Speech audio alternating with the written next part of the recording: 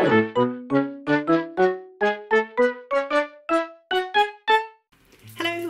back to my channel, and in today's video I am going to be giving you my top tips on acrylic painting. I'm going to be giving you some basic tips which are verified tips which I have looked up myself and I've been using for years, and I'm also going to be giving you some of my tips that I do which aren't necessarily verified tips but things that I like and find work. And while I'm telling you all about how to acrylic paint, I'm going to be doing a speed paint of this bear, this lovely fluffy bear, in a space background. So let's get on with it. So you might have noticed that I have a new camera. If you follow me on social media, you will have seen I posted that I have a new camera. I'm very excited about it.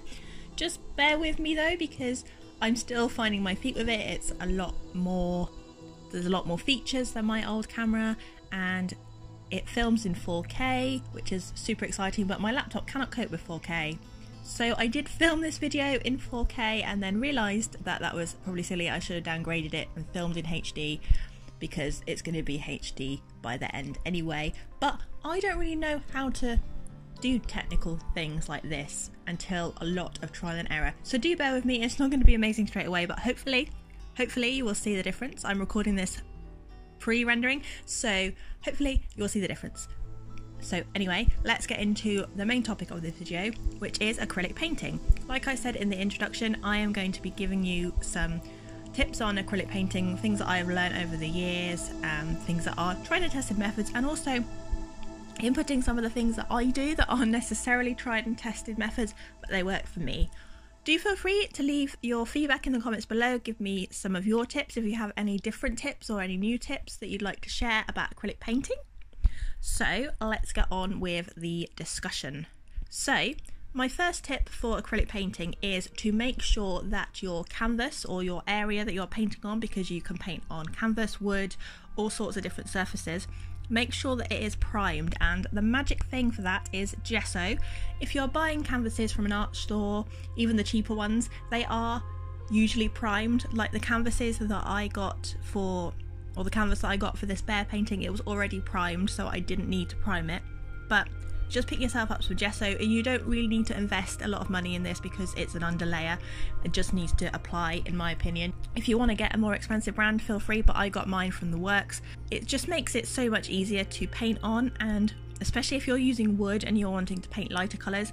I should have done this, really should have done this when I was doing my Lion King box, because it was a wood colour and I was doing yellow on top, so it really would have benefited from some gesso first. But next time I do a DIY box, I will gesso it first.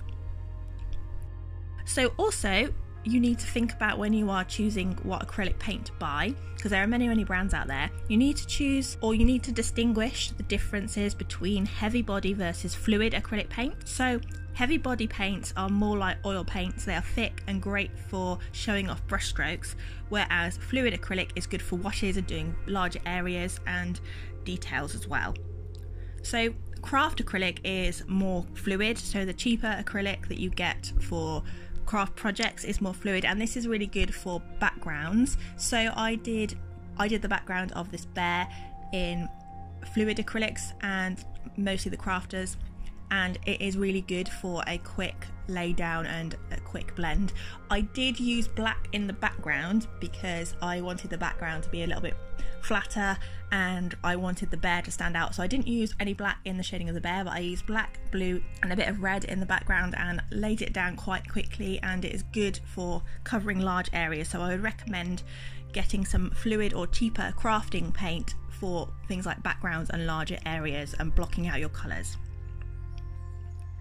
And talking about layers, nice segue into the next thing. You really need to do layers in acrylic painting. It's not just oil painting where you need to do layers. Acrylic paints dry really fast, but that doesn't mean you can't layer. It's actually a really good way to layer. So this painting has about 4 or 5 layers on it, and if you don't layer your paintings, it does show. You can see through the layers quite thinly, especially if you're using cheaper paint and you're only doing one layer, you will be able to tell. And you need to let each layer dry. You can do some blending with wet on wet acrylic techniques, but to really build up the layers you need to let it dry, and that is the beauty of acrylics. They dry really fast. Unlike oil paint, which takes about 5 million years to dry. Acrylics will dry within about 20 minutes if you do a thin layer, so you don't really have to wait. It's one of the quickest drying mediums, so make sure you layer.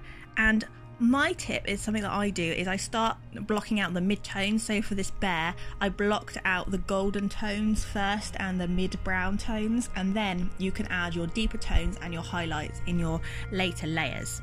And if you don't let the paint dry and you try and layer too quickly, you do end up with muddy layers. So emphasising the importance of letting your paint dry. I was very proud of myself in this painting. I let the paint dry.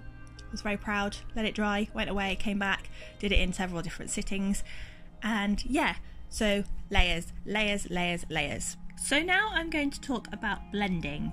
So like I said earlier, acrylics dry quite fast, so you have to work quickly. What I do in order to work quickly is to mix colours on the canvas rather than on a palette. And again, this is one of the things I do, not necessarily a tried and tested method, but it works for me. So for example, I wasn't mixing the blues and browns together on the palette for the nose and the eyes and the deeper shadows of the bear.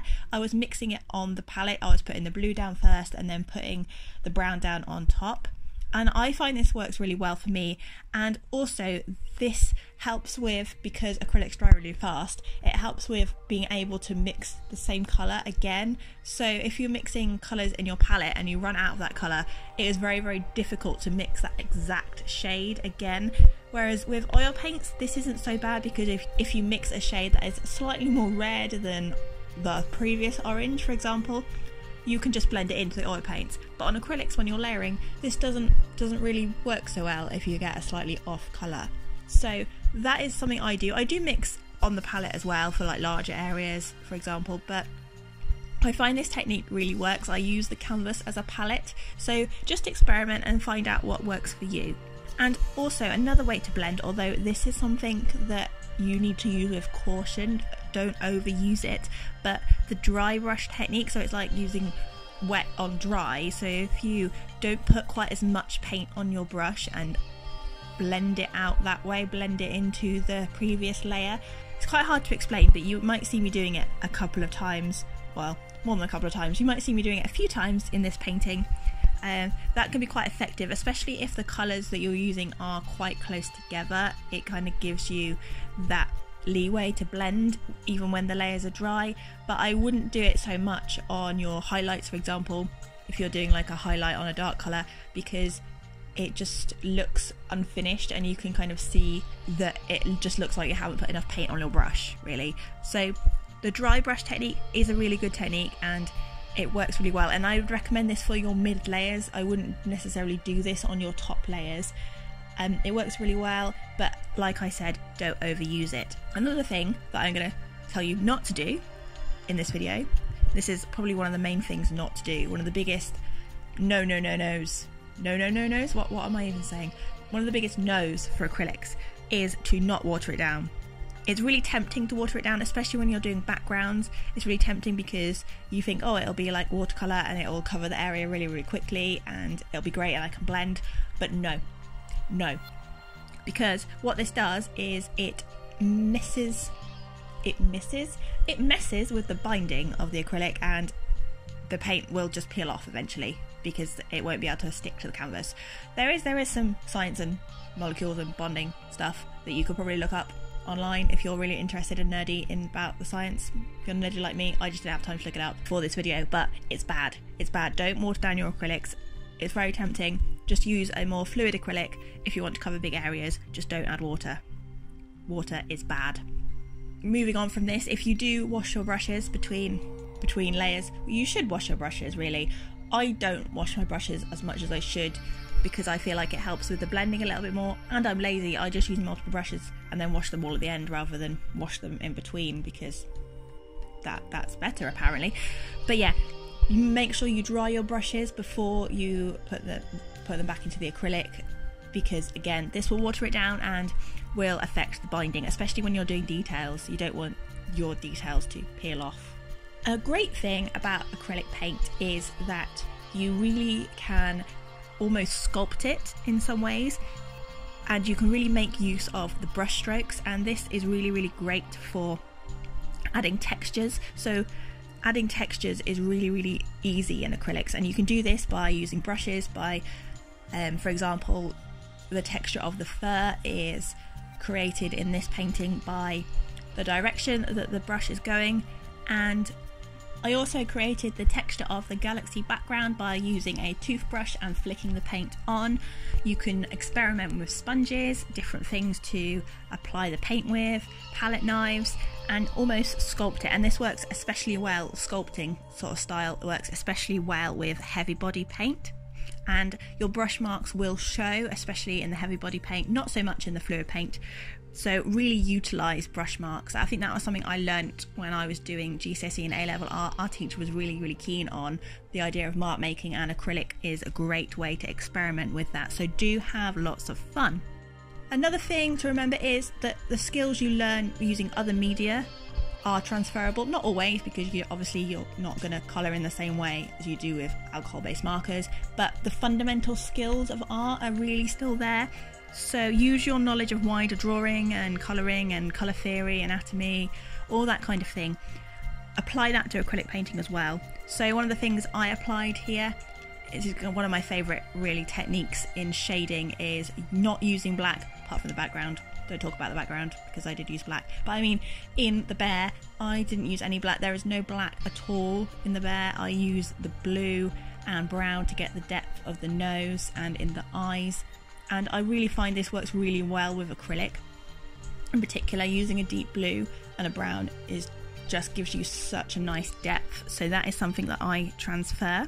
And avoid mixing black and white into your paints. That is another key thing, really, and it's something that I try to avoid. A lot of the white highlights on this bear actually aren't white. I only added a little bit of white on the very final layer, but it's more of an off-whitey cream that I use, and I didn't mix it into the colours, if that makes sense. I didn't mix it into the brown because it makes it really quite milky. Obviously, if you're making colours like pink, use white because that's how you make pink, with red and white. But if you're wanting to lighten colours, there are other ways to do it. For example, like a yellow colour, yellow will help lighten it. Just experiment, have like a swatch canvas or a swatch sheet where you can mix colours and test it out. And don't add black, apart from if you're wanting to do like a galaxy background like me. Don't add black to your colours because it will just muddy them and change the hue, and I just wouldn't recommend it unless something is actually jet black. I wouldn't recommend it. Don't mix your colours with black and white. Avoid it if you can. And finally, the optional thing you can do is to varnish your acrylic painting. Acrylics are more light fast than oils. That's another advantage of using acrylic over oil. There are many advantages of using acrylic over oil. It's much safer. Oils scare me because I'm very clumsy, so having toxic paint that doesn't dry very fast is kind of not very good for me. So what was I saying? Varnishing, yes. You can varnish your paintings if you want to. I'd recommend buying something that is specifically made for acrylic painting rather than using things like Mod Podge because it's more of a glue, although you can. I have sealed paintings with Mod Podge in the past, but it will, just be wary that it will yellow over time, but it does give it a really nice finish. So, but that is optional. You don't really have to varnish your paintings because acrylics are really give themselves a really quite a nice finish all by themselves. So those are my tips really for acrylic painting.